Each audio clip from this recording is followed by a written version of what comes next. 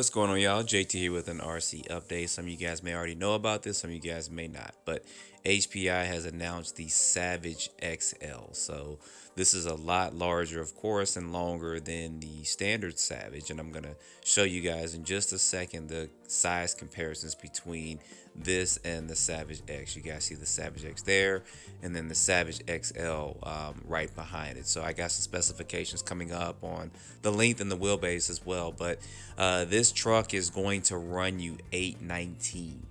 I did see a couple of websites and stuff, and Tiny Adventures is also has this out there where you guys can go ahead and put a pre-order in for it. But let me know down in the comments what you think about that price. I know some people are the prices are interesting, to say the least. But anyway, there you guys go. The specifications for the length, the width, the height, and the wheelbase for this vehicle here.